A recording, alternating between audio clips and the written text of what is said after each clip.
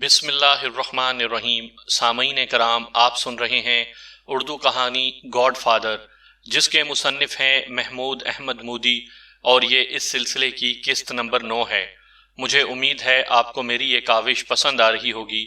آپ نے اگر میرا چینل کہانی گھر ابھی تک سبسکرائب نہیں کیا تو ابھی میرے چینل کو سبسکرائب کر کے بیل نوٹیفیکیشن آن کر لیجئے تاکہ آنے والی ہر نئی کہانی کی اطلاع بر وقت آپ تک پہنچ سکے۔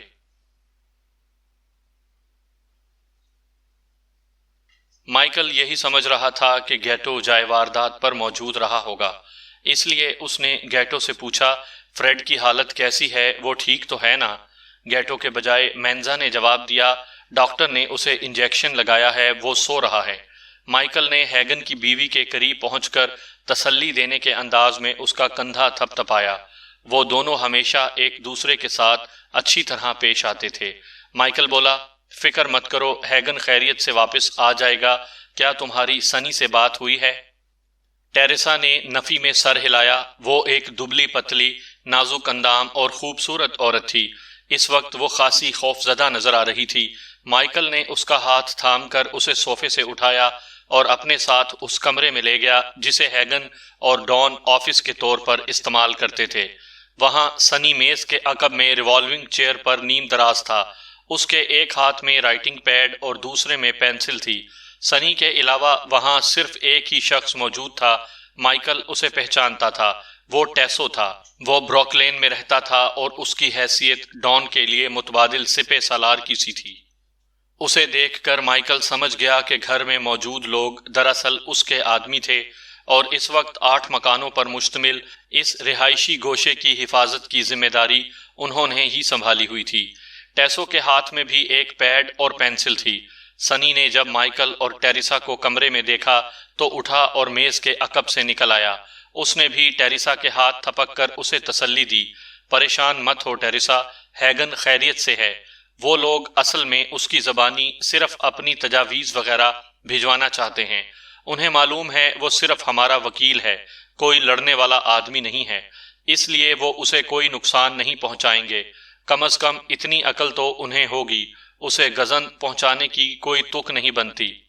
اس کے بعد اس نے مائیکل کو گلے لگا کر اس کا گال چوما، جس پر مائیکل کو کچھ حیرت ہوئی، کیونکہ بچپن سے لے کر مائیکل کے خاصا بڑا ہو جانے کے بعد بھی سنی موقع بے موقع اس کی پٹائی کرتا آیا تھا۔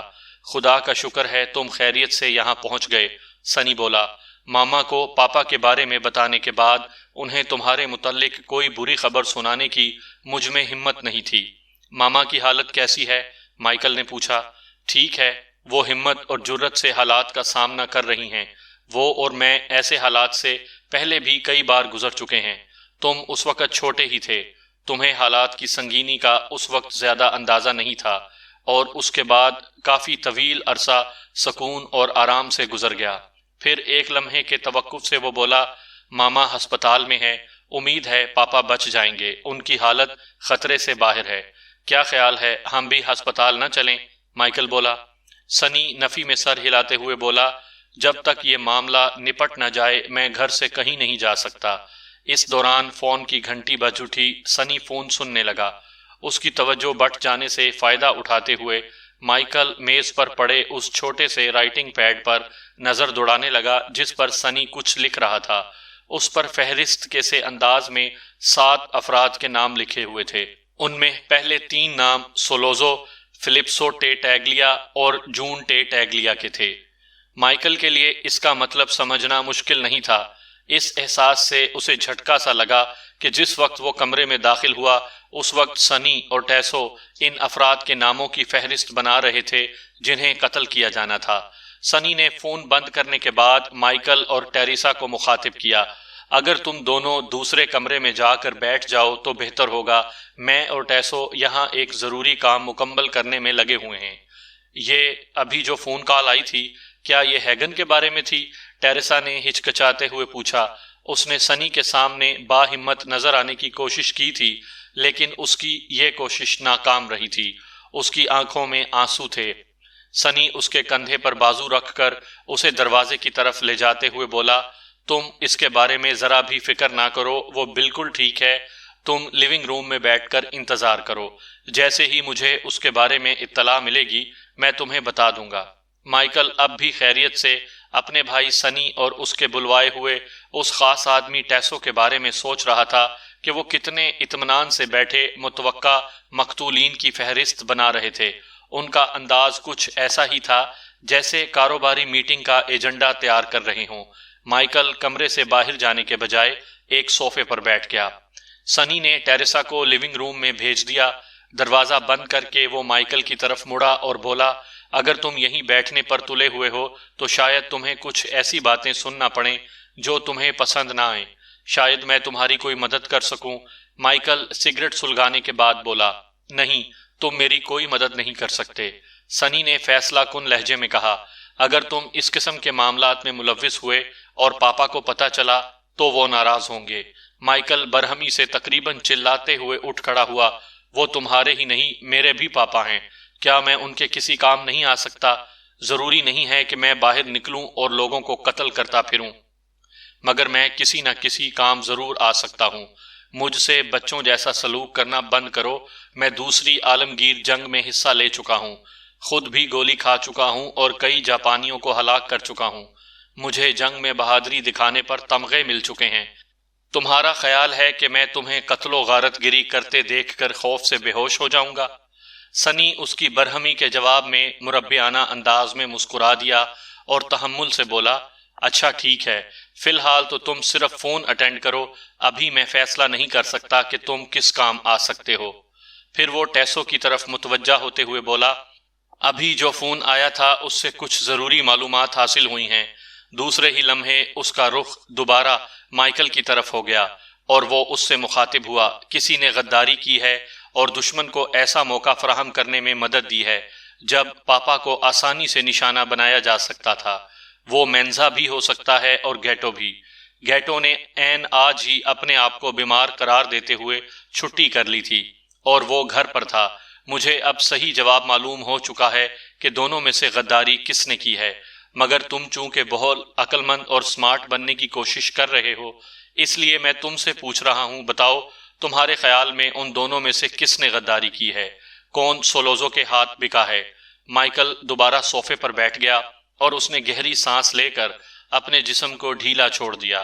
وہ سکون سے تمام ضروری پہلوؤں پر غور کرنے لگا۔ مینزا کی حیثیت فیملی میں اولین سپہ سالار کی سی تھی۔ وہ اور ڈان برسوں میں گہرے دوست بھی تھے۔ ڈان کی بدولت مینزا لاکھ پتی ہو چکا تھا۔ گزشتہ 20 برسوں میں اسے دولت کے ساتھ ساتھ فیملی میں بے پناہ اہمیت بھی حاصل ہو چکی تھی۔ غداری کے عوض اسے مزید کچھ دولت ہی مل سکتی تھی، تاہم اس امکان کو نظر انداز نہیں کیا جا سکتا تھا کہ مزید دولت پر اس کی نیت خراب ہو سکتی تھی۔ انسان بہرحال لالچی ہوتا ہے۔ یہ بھی ممکن ہے کہ ڈان کے ساتھ طویل رفاقت کے دوران کبھی اس کی دل آزاری ہوئی ہو جس کا اس نے اس طرح بدلہ لیا ہو۔ یہ بھی ممکن تھا کہ اس نے ٹھنڈے دل والے کسی بزنس مین کی طرح سوچا ہو اور اندازہ لگایا ہو کہ آخر متوقع جنگ میں سولوزو جیت جائے گا، اس لیے اس شخص کا ساتھ چھوڑ دینا چاہیے تھا جس کے ہارنے کے امکانات تھے۔ مائیکل نے ان تمام پہلوؤں پر سوچا، لیکن پھر اس نے دل ہی دل میں ایسے تمام امکانات کو مسترد کر دیا۔ اس کا دل کہہ رہا تھا کہ مینزا غدار نہیں ہو سکتا تھا۔ پھر اس نے قدر افسردگی سے سوچا کہ شاید اس کا دل اس لیے مینزا کو غدار تسلیم نہیں کر رہا تھا کہ وہ بچپن سے اس سے مانوس رہا تھا، وہ اسے قتل ہوتے دیکھنا نہیں چاہتا تھا۔ مائیکل جب چھوٹا تھا تو مینزا اس کے ساتھ بڑی شفقت اور محبت سے پیش آتا تھا، اور جن دنوں ڈان زیادہ مصروف ہوتا تھا ان دنوں مینزا ہی اس کے ساتھ گھومتا پھرتا، کھیلتا کودتا اور اس کا دل بہلاتا تھا۔ لیکن مائیکل نے محسوس کیا کہ ان تمام باتوں سے قطع نظر اس کا دل اور اس کا ذہن دونوں مینزا کو غدار تسلیم کرنے کے لیے تیار نہیں تھے۔ پھر اس نے گیٹو کے بارے میں غور کیا۔ وہ ابھی زیادہ خوشحال نہیں تھا، گو کہ وہ بھی فیملی کے نظام میں خاصی تیزی سے اوپر آیا تھا، لیکن یہاں زیادہ اونچا اور نمایاں مقام حاصل کرنے میں کافی وقت لگتا تھا۔ بہت دھیرے دھیرے جا کر لوگ فیملی کا اہم حصہ بنتے تھے۔ شاید گیٹو کو دولت اور طاقت دونوں چیزیں حاصل کرنے کی جلدی ہو۔ آج کل بیشتر نوجوانوں کو اس معاملے میں جلدی ہی ہوتی تھی، مگر پھر مائیکل کو یہ بھی یاد آیا کہ چھٹے گریڈ میں وہ دونوں ساتھ پڑھتے تھے اور ان دنوں گیٹو اس کا اچھا خاصا دوست بن گیا تھا۔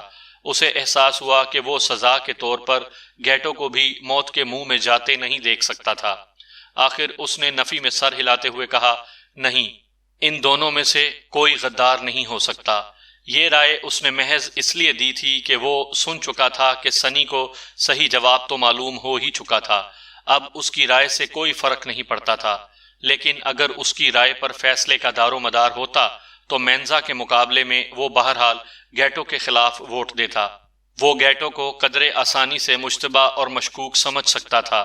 سنی خفیف سی مسکراہٹ کے ساتھ بولا، تمہیں شاید دونوں ہی کے خلاف سوچنے میں دشواری پیش آ رہی ہے، بہرحال تمہاری اطلاع کے لیے بتا رہا ہوں، غداری گیٹو نے کی ہے، مینزا نے نہیں۔ تب ٹیسو نے گویا اطمینان کی سانس لی اور ایک لمحے پرخیال انداز میں خاموش رہنے کے بعد بولا، تو پھر میں اپنے آدمیوں کو کل واپس بھیج دوں؟ کل نہیں، پرسوں، سنی نے جواب دیا۔ میں نہیں چاہتا کہ پرسوں تک اس بارے میں کسی کو کچھ معلوم ہو۔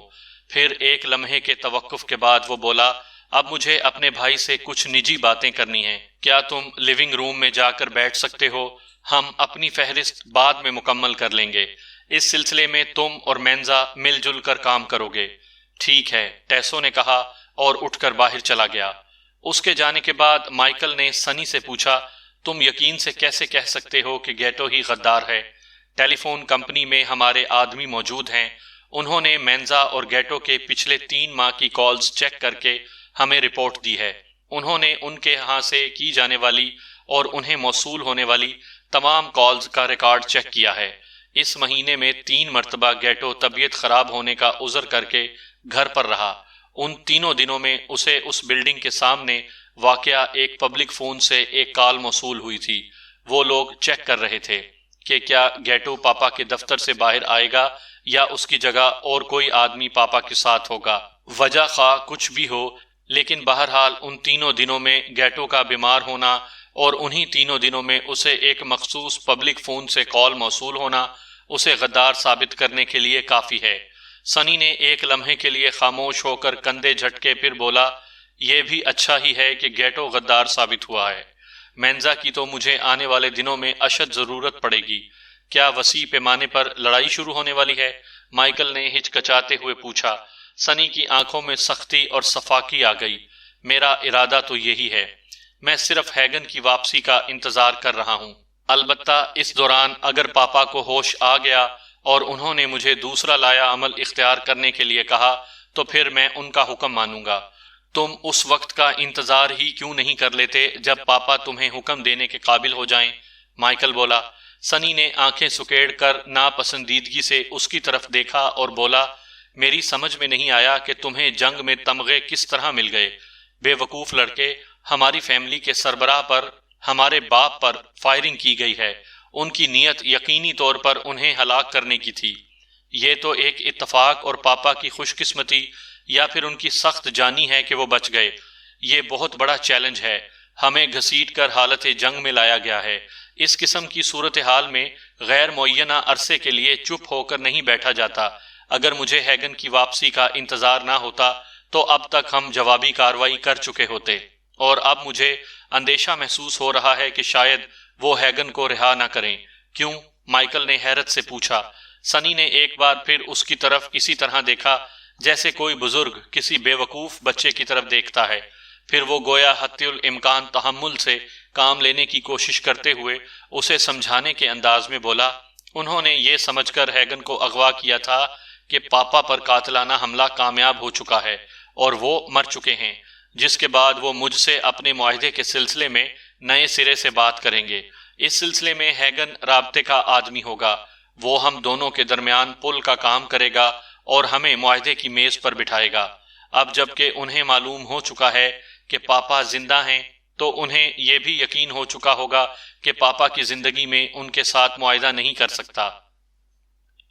گو کہ یہ بھی محض ان کی خوش فہمی تھی کہ پاپا کی موت کی صورت میں لالچ، مصلحت یا حقیقت پسندی کے تحت ان کی پیشکش قبول کر لوں گا، لیکن بہرحال اب ان کی یہ خوش فہمی دور ہو چکی ہوگی۔ اس صورتحال میں ہیگن ان کے لیے کام کا آدمی نہیں رہا، وہ ان کے لیے بے مصرف ہو چکا ہے۔ وہ چاہیں تو اسے رہا بھی کر سکتے ہیں اور چاہیں تو ٹھکانے بھی لگا سکتے ہیں۔ اس کا انحصار سولوزو کی موجودہ ذہنی حالت پر ہے۔ اگر وہ اسے مار دیتے ہیں تو یہ گویا ان کی طرف سے چیلنج کو مزید سنگین بنانے کی علامت ہوگی۔ اس طرح وہ گویا ہمیں پیغام دینے کی کوشش کریں گے کہ وہ ہمیں پوری طرح کچل ڈالنے کا ارادہ کر چکے ہیں۔ مائیکل نے گہری نظر سے بھائی کی طرف دیکھتے ہوئے سوال کیا، سولوزو کو یہ امید کیوں کر ہوئی ہے کہ تم اس کے ساتھ اپنے طور پر معاہدہ کر سکتے ہو؟ سنی کے چہرے پر خجالت کی سرخی نمودار ہو گئی۔ ایک لمحے وہ خاموش رہا، پھر دھیمی آواز میں بولا، چند ماہ پہلے ہماری ایک میٹنگ ہوئی تھی۔ سولوزو منشیات کے دھندے میں ہمیں شریک کرنے کی تجویز لے کر ہمارے پاس آیا تھا۔ پاپا نے اس کی پیشکش قبول کرنے سے انکار کر دیا تھا، لیکن مجھ سے غلطی ہوئی کہ میں بیچ میں بول پڑا، جس سے کچھ ایسا تاثر پیدا ہوا جیسے میں ذاتی طور پر اس کی پیشکش میں دلچسپی لے رہا ہوں۔ یہ اس کی غلط فہمی تھی۔ مجھ سے تھوڑی سی بکواس ضرور ہو گئی تھی، لیکن اس کا یہ مطلب ہرگز نہیں تھا کہ میں پاپا کے حکم یا ان کی مرضی اور پسند سے ہٹ کر کوئی کام کر سکتا ہوں۔ پاپا نے ہمیں بچپن سے یہی تربیت دی ہے کہ اگر فیملی میں کوئی اختلاف رائے ہو تب بھی باہر کے آدمی کو اس کا پتہ نہیں چلنا چاہیے۔ ایک گہری سانس لے کر سنی نے بات جاری رکھی، سولوزو نامی اس گدھے نے سوچا ہوگا کہ پاپا کو راستے سے ہٹانے کے بعد وہ میرا تعاون حاصل کرنے میں کامیاب ہو جائے گا۔ اگر میں اس کے ساتھ دلی طور پر شریک نہیں ہونا چاہوں گا تب بھی شاید حالات کے تحت مجبور ہو جاؤں گا، کیونکہ پاپا کے قتل کے بعد ویسے ہی فیملی کی طاقت آدھی رہ جائے گی اور میرے لیے معاملات کو سنبھالنا مشکل ہو جائے گا۔ لہٰذا یوں سمجھو کہ اس نے پاپا کو قتل کرانے کا کام ایک کاروباری ضرورت سمجھ کر انجام دیا ہے۔ یہ اس کی ذاتی دشمنی یا انتقام وغیرہ کا شاخسانہ نہیں ہے۔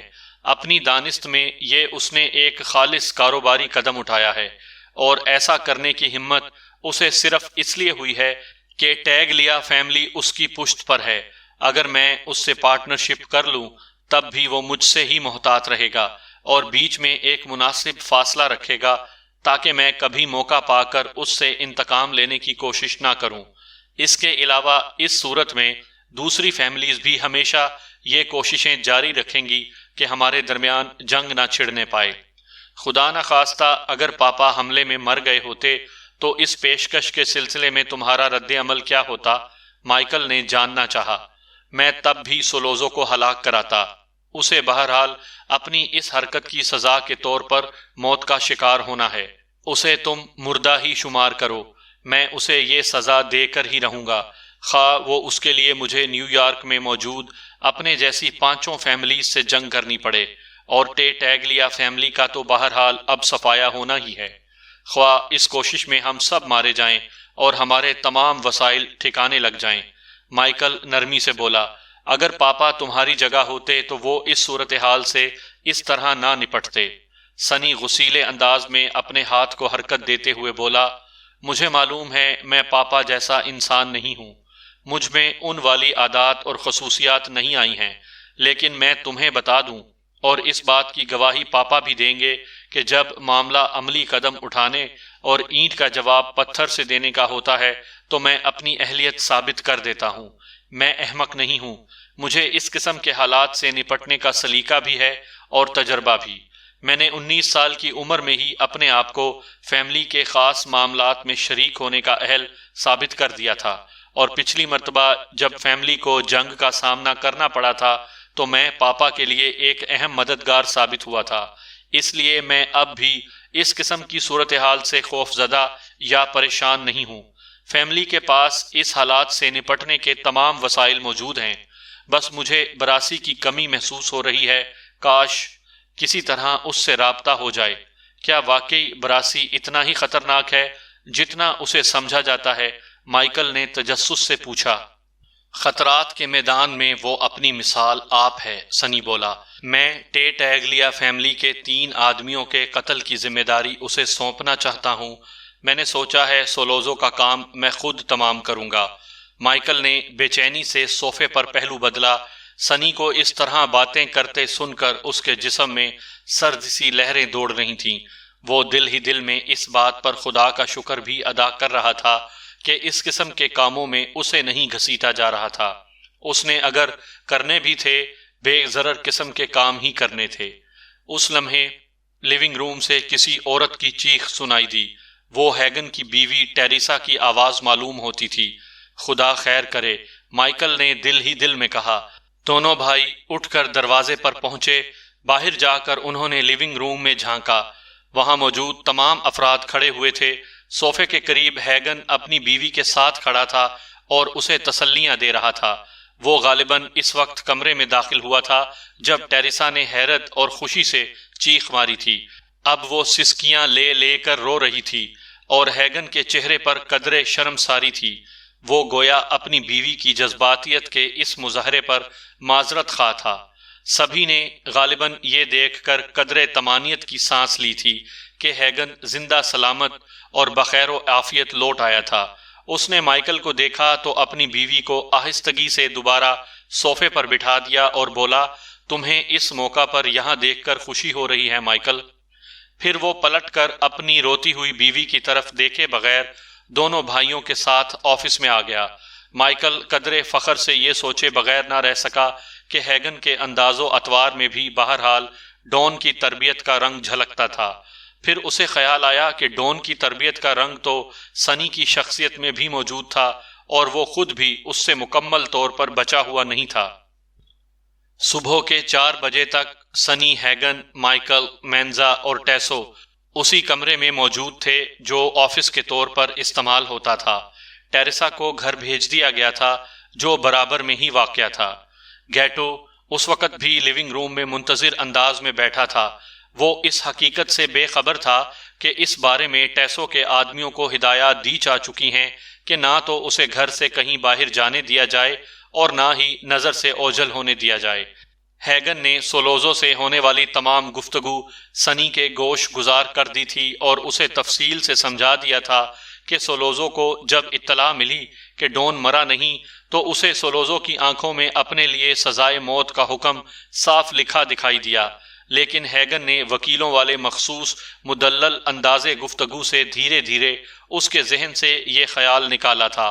خدا کی پناہ، ہیگن نے جھرجھری سی لے کر کہا، اگر مجھے سپریم کورٹ میں اپنی جاں بخشی کی اپیل کے سلسلے میں اپنی وکالت کرنی پڑے تب بھی شاید میں ججوں کو اتنے بہتر انداز میں قائل کرنے کی کوشش نہ کر سکوں جتنی میں نے اس خبیث سولوزو کے سامنے کی۔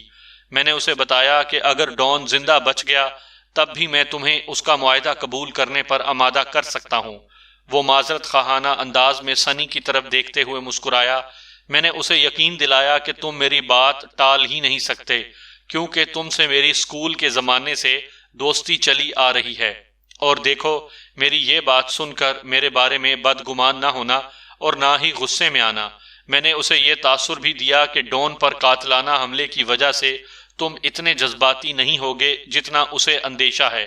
اللہ مجھے معاف کرے، مجھے اس کمینے کو قائل کرنے کے لیے بہت جھوٹ بولنا پڑا اور اس جھوٹ کو سچ کی طرح پر تاثر بھی بنانا پڑا، وہ باتیں بھی کرنا پڑیں جن کا میں تصور بھی نہیں کر سکتا۔ سنی نے بے پرواہی سے ہاتھ ہلایا جیسے ان باتوں کی اس کی نظر میں کوئی اہمیت نہ ہو۔ وہ ہیگن کی مجبوری اور مصلحت کوشی کو اچھی طرح سمجھتا ہو۔ اس کے خیال میں یہ بات زیادہ اہم تھی کہ ہیگن ان لوگوں کے شکنجے سے زندہ سلامت نکل آنے میں کامیاب ہو گیا تھا، اور یوں ان کے خیالات، توقعات اور سوچوں کی ایک صحیح اور حقیقی تصور سامنے آ گئی تھی۔ مائیکل فون کے قریب بیٹھا اپنے بھائی اور ہیگن کے چہروں کا گہری نظر سے مشاہدہ کر رہا تھا۔ ہمیں کام کی بات کرنی چاہیے، سنی بولا۔ ہمیں اب اپنی حکمت عملی تیار کرنی ہے، منصوبے بنانے ہیں۔ پھر وہ مینزا سے مخاطب ہوا، میں نے اور ٹیسو نے باہمی مشورے سے کچھ ناموں کی فہرست بنائی ہے، تم ذرا ٹیسو سے وہ فہرست لے کر اس پر ایک نظر ڈال لو۔ مائیکل بول اٹھا، اگر ہم یہاں حکمت عملی تیار کرنے اور منصوبے بنانے کے لیے بیٹھے ہیں تو پھر فریڈ کو بھی یہاں ہونا چاہیے۔ سنی تیزی سے بولا، فریڈ اس وقت ہمارے کسی کام کا نہیں، وہ ابھی تک سکتے کی سی کیفیت میں ہے اور ڈاکٹرز کا کہنا ہے کہ اسے مکمل آرام کی ضرورت ہے۔ مجھے توقع نہیں تھی کہ کسی بھی قسم کے حالات میں فریڈ کا یہ حال ہو جائے گا۔ میں تو اسے بہت سخت جان اور دلیر آدمی سمجھتا تھا، شاید اس کے تصور میں بھی نہیں تھا کہ کوئی پاپا پر گولیاں چلا کر انہیں ہلاک کرنے کی کوشش کر سکتا ہے۔ وہ تو پاپا کو قطعی طور پر ناقابل شکست قسم کی چیز سمجھتا ہے نا۔ عقیدت اور خوشگمانی اپنی جگہ ہے، پاپا کے بارے میں عقیدت اور خوشگمانی تم میں اور مجھ میں بھی موجود ہے، لیکن اس کے ساتھ ساتھ ہم حقیقت پسند بھی ہیں۔ جو واقعہ رونما ہو چکا اسے ایک واقع اور حقیقت کے طور پر قبول کر لینا چاہیے۔ ہیگن نے جلدی سے گویا بات آگے بڑھانے کی کوشش کی۔ ٹھیک ہے، فریڈ کو فی الحال ہر معاملے سے لا تعلق رکھو، اور سنی، میرا خیال ہے جب تک یہ معاملہ کسی فیصلہ کن موڑ پر نہیں پہنچ جاتا تب تک تم گھر میں ہی رہو۔ تم ایک طرح سے قلعہ بند ہو کر بیٹھ جاؤ، سولوزو کے بارے میں غلط فہمی میں نہ رہنا اور اسے کم تر نہ سمجھنا۔ وہ بڑی خطرناک چیز ہے۔ کیا تم نے ہسپتال میں آدمی تعینات کر دیے ہیں؟ سنی اسبات میں سر ہلاتے ہوئے بولا، پولیس نے اس وارڈ کو لاک کر رکھا ہے جہاں پاپا داخل ہیں، ان کے علاوہ ہمارے اپنے آدمی بھی وہاں موجود ہیں۔ پھر ایک لمحے کے توقف سے وہ بولا، ناموں کی اس فہرست کے بارے میں کیا خیال ہے جو ہم نے تیار کی ہے؟ ہیگن گویا از سر نو اس فہرست پر نظر دوڑاتے ہوئے بولا، خدا کی پناہ سنی، تم تو اس معاملے کو خالص ذاتی انتقام کی شکل دے رہے ہو۔ اگر ڈان اس وقت فیصلہ کرنے کے قابل ہوتے تو وہ اسے ایک کاروباری جھگڑے کے طور پر لیتے۔ میرے خیال میں فتنے کی جڑ صرف سولوزو ہے، اس سے نجات حاصل کر لو، باقی سب خود بخود ٹھیک ہو جائے گا، سب سیدھے ہو جائیں گے۔ ٹیٹیگلیا فیملی کے لوگوں کو نشانہ بنانے کی ضرورت نہیں ہے۔ سنی نے مشورہ طلب انداز میں اپنے دونوں سپہ سالاروں یعنی مینزا اور ٹیسو کی طرف دیکھا۔ ٹیسو کندھے اچکاتے ہوئے بولا، معاملہ ذرا پیچیدہ ہے، میرے لیے کوئی رائے دینا مشکل ہے، مجھے تو جو حکم ملے گا میں اس پر عمل کروں گا۔ مینزا نے زبان بند ہی رکھی۔ سنی اس سے مخاطب ہوا، ایک کام تو تمہیں بہرحال کرنا ہے، اس کے بارے میں کسی تبادلہ خیال کی ضرورت نہیں، اور وہ یہ کہ میں گیٹو کو یہاں دیکھنا نہیں چاہتا۔ اس کا تم فوراً بندوبست کرو، اپنی فہرست میں اس کا نام سب سے اوپر لکھ لو۔ موٹے مینزا نے اسبات میں سر ہلا دیا۔ ہیگن بولا، براسی کے بارے میں کیا خبر ہے؟ میں نے دیکھا تھا کہ سولوزو اس کے سلسلے میں ذرا بھی تشویش میں مبتلا نہیں تھا، اور یہ بات مجھے تشویش میں مبتلا کر رہی ہے۔ اگر براسی بھی بک گیا ہوگا اور غداری پر آمادہ ہو چکا ہوگا تو ہمارے لیے واقعی سنگین مسئلہ پیدا ہو جائے گا۔ سب سے پہلے ہمیں اس کے بارے میں معلوم ہونا چاہیے۔ کیا کوئی اس سے رابطہ کرنے میں کامیاب ہوا ہے؟ نہیں، سنی نے جواب دیا، میں رات بھر اسے فون کرتا رہا ہوں، کوئی جواب نہیں ملا۔ شاید وہ کسی خفیہ ٹھکانے پر پڑا عیاشی میں مشغول ہو۔ ایسا نہیں ہو سکتا، ہیگن وثوق سے بولا، وہ کسی کے ٹھکانے پر رات نہیں گزارتا، وہ اگر کسی کے ہاں جاتا بھی ہے تو اپنا مطلب نکالنے کے بعد گھر واپس آ جاتا ہے۔ پھر اس نے مائیکل کو مخاطب کیا، تم ہر 15 منٹ بعد اس کے گھر فون کرتے رہو، شاید کسی وقت جواب مل جائے۔ سنی بےتابی سے ہیگن سے مخاطب ہوا، تم وکیل ہو، مشورہ دو کہ ہمیں کیا کرنا چاہیے۔ ہیگن نے مشروب کی ایک بوتل کھولتے ہوئے کہا، میرے خیال میں تو تمہیں اس وقت تک سولوزو کو مذاکرات میں الجھائے رکھنا چاہیے جب تک تمہارے پاپا معاملات کو اپنے ہاتھ میں لینے کے قابل نہیں ہو جاتے۔ اس دوران اگر تمہیں کوئی معاہدہ بھی کرنا پڑ جاتا ہے تو کر لو۔ جو ہی تمہارے پاپا ٹھیک ہوں گے وہ کسی بھی دوسری فیملی سے تصادم کے بغیر معاملات کو سلجھانے میں کامیاب ہو جائیں گے۔ تمہارا خیال ہے کہ میں اس خبیث سولوزو سے نہیں نپٹ سکتا؟ سنی غصے سے بولا۔ ہیگن اس سے نظر چرائے بغیر بولا، سنی، مجھے یقین ہے کہ تم اسے سبق سکھا سکتے ہو، شکست دے سکتے ہو اور ٹھکانے بھی لگا سکتے ہو۔ ہماری فیملی کے پاس طاقت کی کمی نہیں ہے، مینزا اور ٹیسو تمہارے ساتھ ہیں اور تمہارے اشارے پر 1000 فائٹرز کا بھی بندوبست کر سکتے ہیں، لیکن لڑائی اگر زیادہ بڑے پیمانے پر پھیل گئی تو پوری مشرقی ساحل پٹی پر تباہی پھیل جائے گی، اور اس کے لیے باقی فیملیز ہمیں مورود الزام ٹھہرائیں گی، یعنی دوسرے الفاظ میں خواہ مخواہ ہی ہمارے دشمنوں میں اضافہ ہو جائے گا۔ تمہارے پاپا اس قسم کا طریقہ کار اختیار کرنے کے قائل نہیں ہیں۔ سنی چند لمحے خاموش رہا۔